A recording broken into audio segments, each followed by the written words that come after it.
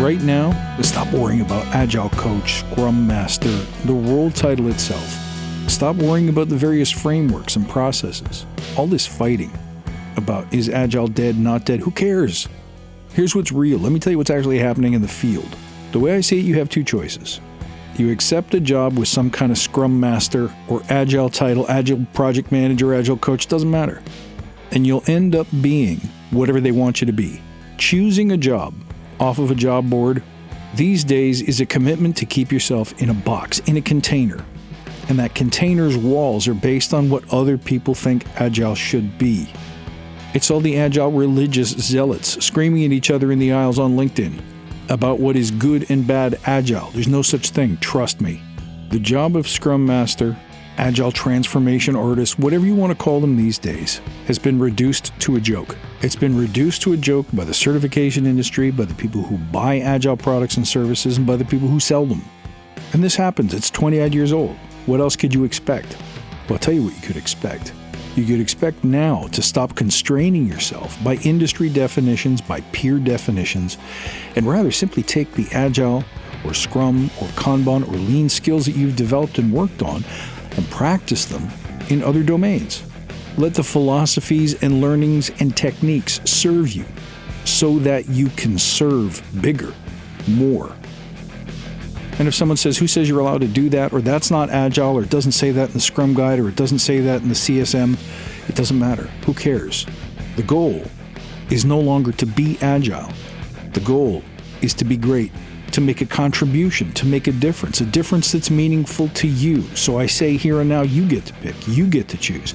But there's going to be skills that you need in order to make this real. Let me give you a list. I'm not sure if I'll hit 10, top 7, top 5. It is an unscripted episode after all.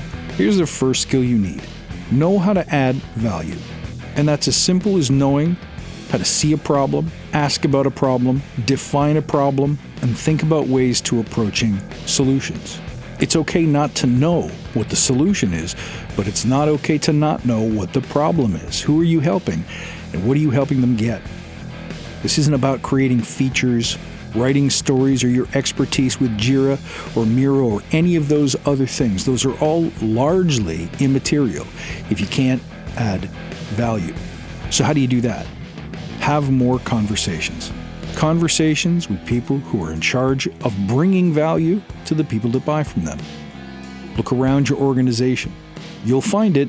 It's the people who are being measured on what's in the shareholder report. Someone in marketing is responsible for lowering the cost of advertising and finding a new customer.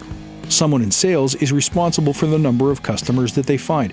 Those are all problems, and notice most of them have nothing to do with software. A solution is a solution is a solution. And the skill which I call entrepreneurship or intrapreneurship is your ability to find need in the marketplace and help to solve that problem. What's this got to do with Agile? Everything. Because your skills in prioritization, your skills in frequent communication and transparent communication, your skills in continuous improvement will all come to bear when helping these people do what they've set out to do. Everyone else is looking for a Scrum Master job in tech right now. And if tech is your love and tech is your passion, go for it. But I can tell you, it's awfully crowded in here. A lot of bad ideas and a lot of bad attitudes. The fastest way to get out of the mess and to really help Agile grow and stay alive is to contribute real, measurable value, tangible value to people who have problems that need to be solved. Here's the second thing that I think you need. Big goals, big vision. It's one thing to be able to solve a problem like adding a feature or making a fix in a piece of software. It's entirely another to set your ambitions, to make your customer, your client, your company number one at what they do. Another example of a big goal would be to embrace all of the change that we've seen in the last 4 years post-pandemic and to make it somehow better. To see the change that has happened and to respond to it with what? Agility. That's why visioning and setting big goals is another important skill. Creativity. If you're not sitting down obsessed with your customers' problems every day, thinking about what they do and how they do it, and how you could theoretically apply what you've learned to helping them solve that problem, if you don't have a creative practice, you're not going to be prepared for those conversations. Thinking on your feet, gluing together things that have never been glued together before. That's creativity. Another word for that is innovation, the ability to see things that nobody else has seen, or at least before they see them. Now, this is highly related to big vision and value. It really is the same skill, but innovation is a practice. It requires time. It requires resources. It requires an investment, and it requires a certain kind of focus. Learn how great companies innovate as a practice, and I'm talking about companies who have actually made things that you wish you had thought of first. Here's another one, being decisive. We preach this all the time in Agile, but I don't think we actually do it. The ability to trust your teams and to trust yourself, to make a decision, make a call and call it an experiment. Actively ask for support in failing, in goofing things up, and getting it wrong at first so that you can get it right later. Must have this skill, because most of the world is waiting around for a decisive leader who seems to know where they're going, to help them band together, follow each other into the light. Influence, the ability to move other people. If you have big vision, if you understand customer value, if you know how to innovate, know how to create, the next thing you got to do is get people to take the journey with you. Sometimes you have to push back against resistance. Sometimes you have to push back against bad ideas, lack of understanding. The ability then to get them to sit in the boat with you anyway, pick up an oar and start rowing in that common direction is a master skill. Now, because all of these things involve fear, difficulty, change, newness, resistance, opposition, you're going to need another skill, which is resilience, grit. The ability to push through when things get hard, because it's the hard things that are the things worth having. Following a recipe in somebody else's guide, following a process, learning how to use a tool by reading the manual, those things are not true advance. They're not true adventure, and so they require much, much less risk. What we're talking about here requires a new way of thinking. All of the Agilists are going to tell you you're not allowed to. They're going to tell their moms on you.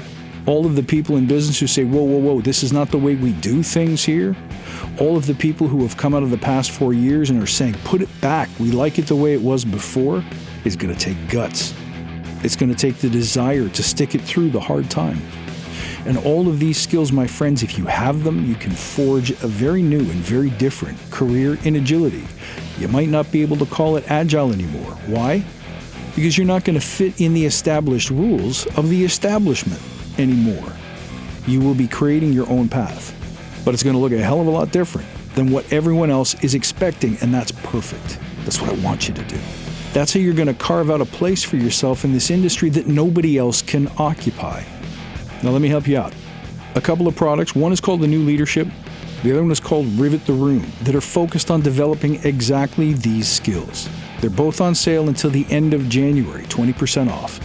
Check out the links in the show notes below.